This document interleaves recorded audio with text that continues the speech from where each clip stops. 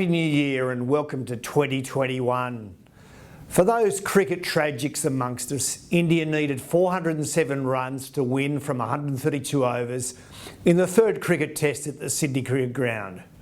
Strong defence from the middle order of Vilhari and Ashwin saw them survive 50 overs.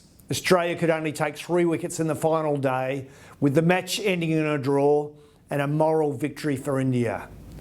The reason for this introduction is simple.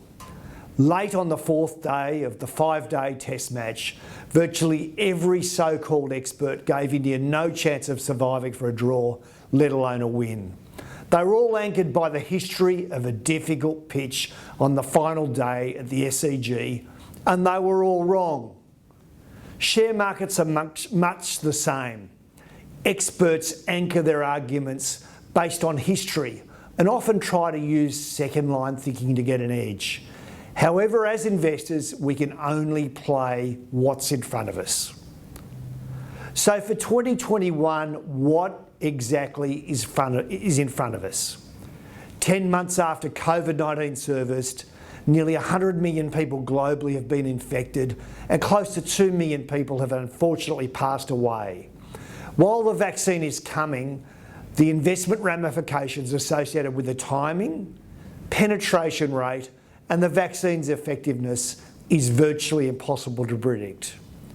In reaction to the COVID-19 pandemic, central banks have been printing money so governments, which are running substantial deficits, can pay for financial assets, welfare programs, infrastructure and salaries for their public servants. Productivity reform is largely ignored, and together with ageing demographics and indebtedness, there is a handbrake on future economic growth. Interest rates are at record lows. 10-year bonds in the top 5 economies in Europe, including the UK, for example, currently average nil. Both the US and Australian 10-year bonds are yielding 1.1%, while the Reserve Bank of Australia cut the cash rate 3 times last year to a record low of 0.1%. From the pandemic lows in March 2020, most commodities have enjoyed a very strong run.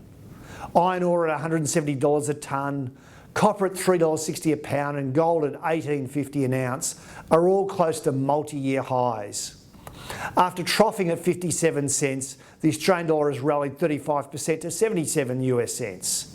Record low interest rates will likely see elevated corporate activity, including lots of initial public offerings. And while some commentators, including GMO's Jeremy Grantham, are calling a bubble, the investment banker's adage is to feed the dogs while they are barking. That's all I have time for this week. Please continue to follow us on Facebook and Twitter. And again, happy 2021.